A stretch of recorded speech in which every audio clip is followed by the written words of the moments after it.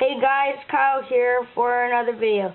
Today we're on SumDog and I'm going to show you how to do a trolling coin hack.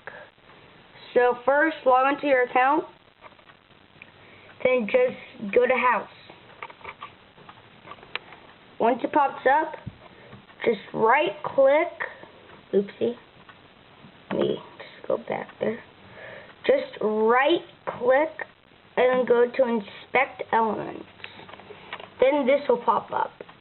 What you need to do is go right up here to your coins, then just add a bunch of zeros. Then look right here. See all the zeros? But then, when you actually go to store, it doesn't save. See? So you can troll your friends with this.